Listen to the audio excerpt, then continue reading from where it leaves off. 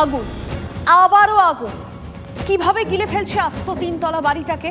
এই বাড়িতে আইনজীবীদের চেম্বার, দিস্তে দিস্তা কাগজ, মামলার নথি সব পুড়ে ছাই। অফিস পাড়ার এই বাড়িতেই ছিল আকাশবাণীর প্রথম অফিস। সব আগুন গিলে খেল এক সপ্তাহের মধ্যে, পরপর দুবার। কেন বারবার আগুন? আতঙ্ক বাড়ছে, উদ্বেগ বাড়ছে, কিন্তু সমাধান কই? এই প্রশ্নের উত্তর খুঁজবো আজ টিভি9 স্পেশালে। আপনাদের সঙ্গে আমি লিমা।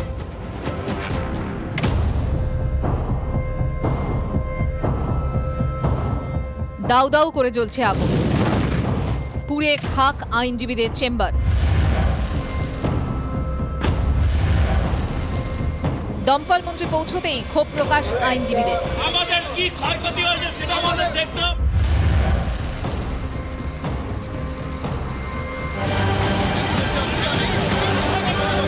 কসবার অ্যাক্রোপলিস মলে অগ্নিকাণ্ডের রেশ কাটতে না কাটতে ফের কলকাতায় আগুন। ব্যাংশাল কোর্টের পাশের বিল্ডিং 5 নম্বর গার্স্টিন প্লেসে আগুন লাগে, যেখানে আছে আইনজীবীদের অফিস। মামলার নথি পুড়ে ছাই হয়ে যায়। দমকল মন্ত্রীর ভূমিকায় ক্ষোভ প্রকাশ করেন আইনজীবীরা। তাদের অভিযোগ, ওই এলাকায় কয়েক মাস আগে আগুন লাগলেও সতর্ক হয়নি পুরসভা থেকে দমকল। পশ্চিমবঙ্গে কত বিল্ডিং আছে যেটা পুরনো হওয়া সত্ত্বেও অগ্নি নির্বাপন ব্যবস্থা নেই। It flouts the fire safety norms. That is his অপদার্থ and he should step down. Cylinder burst করেছে, কখনো শুনছি কেমিক্যাল ছিল, ইনফ্লেমেবল আর্টিকেল। আমরা এই ব্যাপারে কোনো রকম কিছু অবগত নই। আমরা জানলে হয়তো চেম্বার নিতাম না। এইটা নিয়ে দ্বিতীয়বার আগুন লাগলো। এই দেখুন, এই বাড়ি আগুনে পুড়ে রয়েছে। অফিস পাড়ায় ভোরবেলায় আগুন, পাশে ব্যাংশাল কোর্ট, কিছুটা দূরে হাইকোর্ট। এমন একটা জায়গায় দমকল দেরিতে আসার অভিযোগ ওঠে। ফায়ার ব্রিগেড আজ কিন্তু খুব ভুল করেছে। প্রায় 30-40 মিনিট পর এসছে, আর আসার পর ওদের কাছে ল্যাডার ফ্যাডার নেই। যদি ঠিক টাইমে আসতো তাহলে আমার মনে হচ্ছে যে অতটা ফায়ার ব্রিগেড স্প্রেড হতো না। পুলিশকে আমি বলবো, যদি কোনো কেউ ঘরে কেমিক্যাল রেখে থাকে, যদি সত্যি সেটা হয়, সেটা খুবই খারাপ ব্যাপার এটা, এবং সেটা এনকোয়ারি হোক। বাড়ি যদি ভেঙে পড়বার মতো অবস্থা হয় তাহলে সেটা নিশ্চয়ই কর্পোরেশন নোটিশ করা উচিত, এবং সেটা কর্পোরেশন করবে নিশ্চয়ই। এদিকে কসবার শপিং মলের অগ্নিকাণ্ডের ঘটনায় পুলিশকে তদন্ত করতে বলল দমকল। পুলিশের রিপোর্ট পেয়ে মল খোলার অনুমতি বিবেচনা করবে দমকল। আগুনের উৎস কি? গাফিলতি না ষড়যন্ত্র? উত্তর এখনো খুঁজছে দমকল। ছাড়পত্রের অনিশ্চয়তায় সংকটে 99টি কর্পোরেট কার্যালয়। দ্রুত ছাড়পত্রের আর্জি শপিং মল কর্তৃপক্ষের।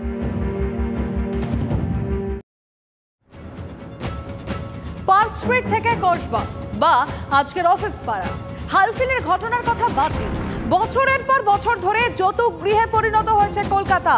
কখনো বাজারে আগুন, কখনো বা অফিসে কোথাও, কখনো বা দেখছি আমরা হাসপাতালে। বেঘরে চলে যাচ্ছে একের পর এক প্রাণ। একটু পিছিয়ে যাই আমরা, একটু ইতিহাস ফিরে দেখি। মহানগরে এমন কিছু অগ্নিকাণ্ডের ঘটনা ঘটেছিল যার ভয়াবহতা ছিল মারাত্মক। এক এক করে তুলে ধরি আপনাদের সামনে। 12ই জানুয়ারি 2008 বড়বাজারের নন্দরাম মার্কেটে 4 দিন ধরে জ্বলতে থাকে আগুন। পুড়ে ছাই হয়ে যায় কয়েক হাজার দোকান। ঠিক 2 বছর পর 23শে মার্চ 2010 পার্ক স্ট্রিটের স্টিফেন কোর্টে ভয়াবহ আগুন লাগে। বাড়ি থেকে বেরোতে না পেরে কেউ লাফ দেয়নি, কেউ পুড়ে মারা যায়। 43 জনের মৃত্যু হয়। সরকার বদলের পর তৃণমূল জামানায় অগ্নিকাণ্ডের সব থেকে বড় প্রাণহানির ঘটনা ঘটেছিল ঢাকুরিয়ার আমরি হাসপাতালে। 9 ডিসেম্বর 2011 বিষাক্ত ধোঁয়ায় মৃত্যু হয় 89 জনের। 27শে ফেব্রুয়ারি 2013 শিয়ালদার সূর্য সেন স্ট্রিটের আগুনে বেঘরে মারা যান 19 জন শ্রমিক। আর 2021-এর 8ই মার্চ কি ঘটেছিল? স্ট্র্যান্ড রোডে পূর্ব রেলের অফিসের লিফটে আগুনে ঝলসে মারা যান 9 জন। বছর দুয়েক আগে ট্যাংরায় কাপড়ের গুদামে 2 দিন ধরে আগুন জ্বলতে থাকে। একটার পর একটা ঘটনা। খেয়াল করলেন একটা জিনিস, কলকাতার যেসব বহুতলে আগুন লাগছে সেখানে অধিকাংশ জায়গায় দমকলের বিধি মানার কোনো বালাই নেই। আগুন লাগলে কি হয়? তখন যেহেতু লিফট বন্ধ হয়ে যায়, তাই এমার্জেন্সি হিসেবে লোকজন হয় সিঁড়ি দিয়ে নামে, না হলে ছাদে উঠে যান, যাতে ছাদ থেকে উদ্ধার করতে পারে দমকল। কিন্তু স্টিফেন কোর্টে ছাদ বন্ধ ছিল, বেরোনোর রাস্তা ছিল না বলেই ঝলসে গিয়েছিল মানুষগুলো। আগুন লাগার সময় বিপদ থেকে বাঁচতে ছাদ কতটা জরুরি সেটা চোখে আঙুল দিয়ে দেখিয়ে দিয়েছিল স্টিফেন কোট। এই তো দিন কয়েক আগের কথা, পার্ক স্ট্রিটের সেই দোতলা রেস্তোরাঁ আগুন লেগে যায়, আর যার ছাদ টিন দিয়ে ঘেরা ছিল। কলকাতায় আরো এমন বেশ কিছু হুক্কা বার রয়েছে, রেস্তোরাঁ বা ক্যাফে রয়েছে, ঠিক একইভাবে গোটা ছাদ ঘিরে তৈরি হয়েছে।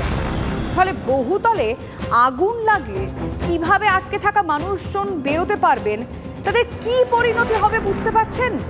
যা মর্মান্তিক হতে চলেছে। উদ্ধার করার জায়গাটুকুও নেই এইসব ক্ষেত্রে, কারণ পুরো ছাদটাই তো কভার করা। পার্ক স্ট্রিটের মতো এমন অনেক রেস্তোরাঁ আছে বা রুফটপ রয়েছে। এই যেমন এই রেস্টুরেন্টের ছবি আপনাদেরকে আমরা দেখাবো। বহুতলের ছাদে গরম গরম সব খাবার পরিবেশন করা হচ্ছে। দেখুন একবার ছবিটা, রান্না হচ্ছে ঠিক নিচের তলায়। রসনা বিলাসীদের জন্য ছাদের উপর স্ট্যান্ডে রয়েছে ছাতা, আর তার তলায় চলছে খাওয়া দাওয়া। আশেপাশে অনেক বহুতল রয়েছে, উড়াল পুল রয়েছে, আলোর মেলা। এমন একটা পরিবেশে খানা পানির বন্দোবস্ত রয়েছে, খুব মজা আর আনন্দ সবই হচ্ছে। কিন্তু সেখানে কি অগ্নি নির্বাপন ব্যবস্থা ঠিক মতো আছে? আগুন লাগলে কিভাবে বের হবেন সাধারণ মানুষ? সেই ব্যবস্থার কথা কি ভাবছেন? আমাদের পুরো নিচেই আছে কিচেনটা, সেখান থেকে আমরা ট্রে করে এখানে এসে গেস্টকে সার্ভ করি। ছাদে আমাদের সাইডে একটা আর কি সিঁড়ি আছে, ওখান থেকে নামার ব্যবস্থা আছে। আমার ফায়ার সেফটি এ সব ব্যবস্থা করা আছে, আমার এক্সটিংগুইশার ইন প্লেস আছে যেখানে দরকার, আমার হোস পাইপ করা আছে, আমার স্টেয়ার্সে যখন হলে দু জায়গা আছে, রিসেপশন থেকে আরম্ভ হয়, তো হোস পাইপ দরকার হলে কোনো হোস পাইপে প্রয়োজন আছে। ওর উপরে আমার এখানে অনেক রিসাইডিং স্টাফও আছে, তো যদি আমার ক্লোজিং পরে না অফ টাইমে যদি কিছু ইনসিডেন্ট হয় তো আমার রিসাইডিং স্টাফ আছে যে ম্যানেজ করতে পারে। কমন ফায়ার সেফটি আছে, সব কমন হ্যান্ডেল করা হয়, তো সব জায়গা প্রয়োজন আছে, not only for rooftop but for entire building. তার মানে গলদ আর গলদ। দমকল দপ্তরে প্রাক্তন কর্তারা বলছেন যে ছাদের উপর এ ধরনের রেস্টুরেন্ট বা বারে আগে অনুমতি দেওয়া হতো না। সূত্রের খবর, এ ধরনের ব্যবসার ক্ষেত্রে কলকাতা পুরসভা থেকে দেওয়া হয় না কোনো রকম ট্রেড লাইসেন্স। তারপর কিভাবে ছাদের উপর এইসব চলছে? বার রেস্টুরেন্টগুলো চলছে কিভাবে? মানা কি হচ্ছে কোনো রকম কোনো বিধি? ছাদের উপর রেস্টুরেন্টটা দুটো কারণে আমরা অ্যালাউ করতাম না, বা দমকল দপ্তরতে অ্যালাউ করা হয় না। এখন কেন হচ্ছে আমি ঠিক জানি না। যে আমি যে লোকগুলোকে উপরে নিয়ে যাচ্ছি তাদেরকে সেফলি বার করে নিয়ে আসার કોઈ রাস্তা আছে?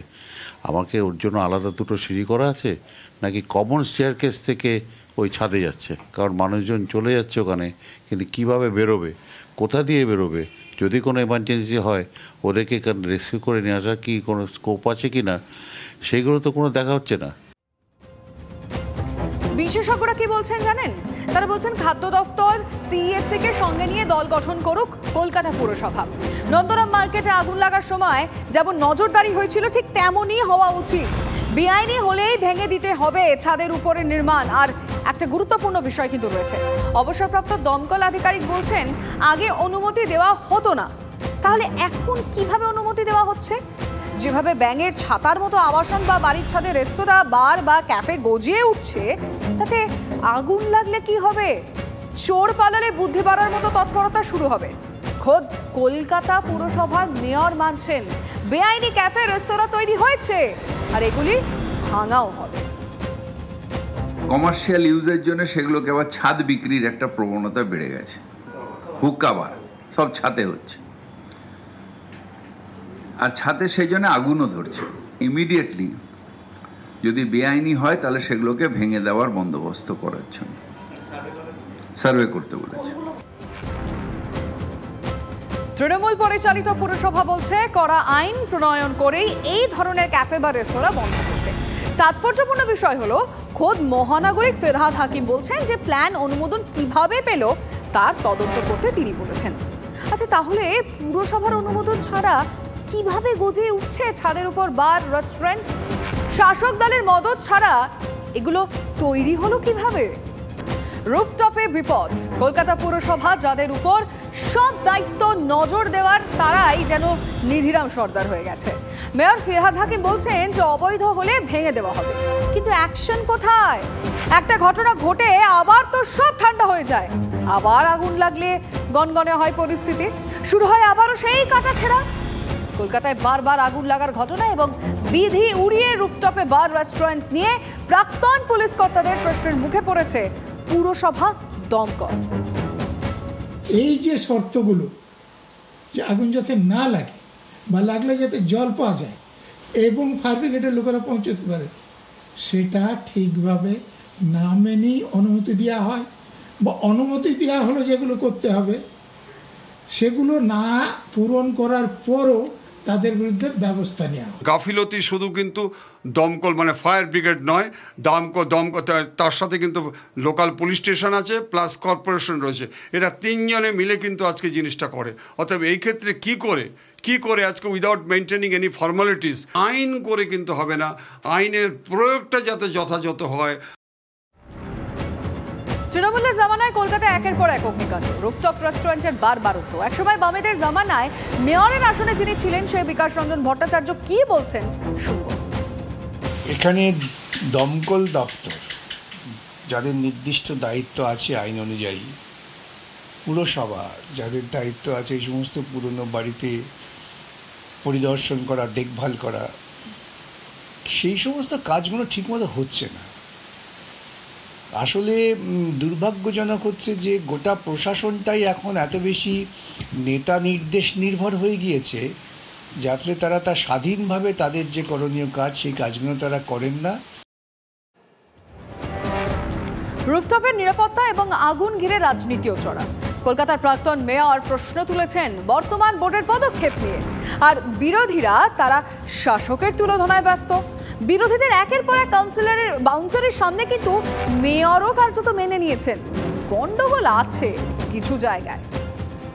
আমাদের কলকাতা পুরসভার মেয়র, সম্মানীয় মেয়র, উনি কি জানতেন না যে বিভিন্ন বিল্ডিংয়ের ছাদে ক্যাফে তৈরি হচ্ছে? সবই জানতেন। আসলে এই সরকার মানে মমতা ব্যানার্জির সরকার চলে ঘুষের ওপরে। আপনি ঘুষ দিয়ে যে কোনো জায়গায় যে কোনো ইলিগালভাবে কাজ আপনি করতে পারেন, সেই জিনিসটাই উনি করেছেন। যে প্রমোটার বা যার বাড়ি, সে কি করে কেউ একটা করে তাকে রুফটপে কিছুটা দিয়ে দেয়, হয়তো অন্যরা জানলোই না। রেস্কিউটা কম্পালসারি করতে হবে। রেস্কিউ কতটা, তুমি রেস্কিউর জন্য কি রেখেছো?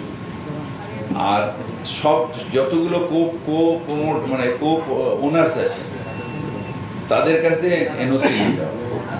রাজনৈতিকভাবে কোনো হস্তক্ষেপ থাকে না, এটা রাজনৈতিকভাবে কোনো হস্তক্ষেপ থাকে না, কিছুটা ওই ওদের হস্তক্ষেপ থাকে। যারা সত্যি সত্যি আটকাতে পারে তাদের কেন আটকায়নি আমি জানি না।